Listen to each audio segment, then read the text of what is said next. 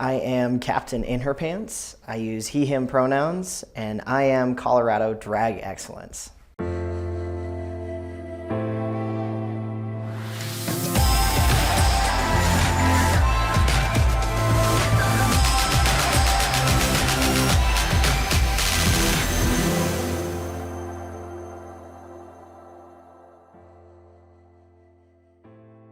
I've been doing drag in Colorado for 3 years.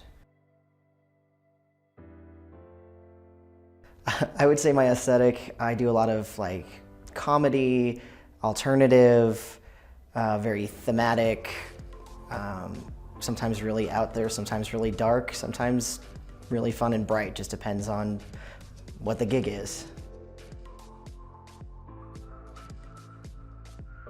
A little bit of a story. When I was in college, I used to drink a lot of Kaptain and ended up with a nickname of Kaptain. And so when I started drag and I was trying to figure out a drag name, I asked my little sister actually if she had any recommendations, and she was like, well, your nickname in college was Kaptain, why don't you just figure something out to go with it? Read a lot of Kaptain Underpants books when I was younger, so Kaptain Inherpants, nice little pun.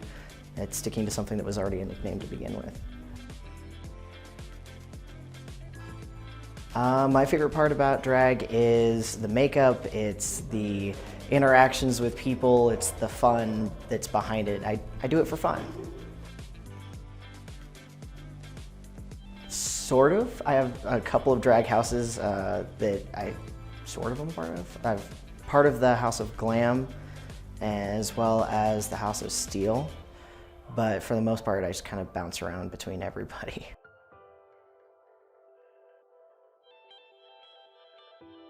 To me, drag means expressing yourself, whatever that is, and putting a piece of yourself out there for other people to take and hold on to and remember and uplift people. And you can use it for education, you can use it for so many different purposes.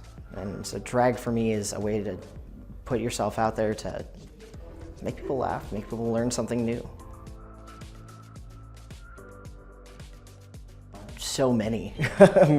There's so many good times, especially here in Denver, because we have such a strong scene with so many people in it.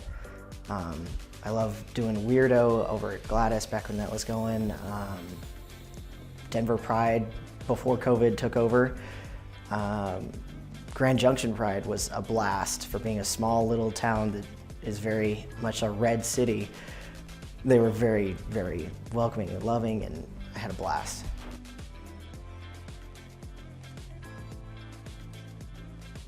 I would say to a new aspiring drag entertainer, you don't have to aspire to one thing. You don't need to be a king, you don't need to be a queen. You don't have to do makeup and wear hair and stone every outfit. Just do what makes you happy, represent yourself, and have fun with it.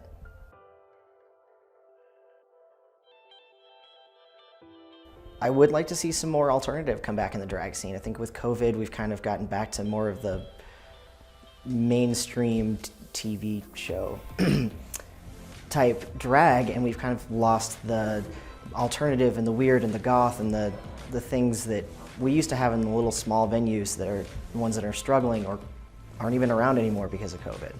So I bring back some more of the weird, the different, some of the competitions and things, especially here at Trax. Their drag competitions need to come back too. This video is brought to you by One Colorado, one of our proud sponsors of Colorado Drag Excellence Video. One Colorado is the state's leading advocacy organization dedicated to advancing equality for lesbian, gay, bisexual, transgender, and queer Coloradoans and their families. They effectively advocate for LGBTQ Coloradoans and their families by lobbying the General Assembly, the executive branch, and local governments on issues like safe schools, transgender equality, relationship recognition, and LGBTQ health and human services.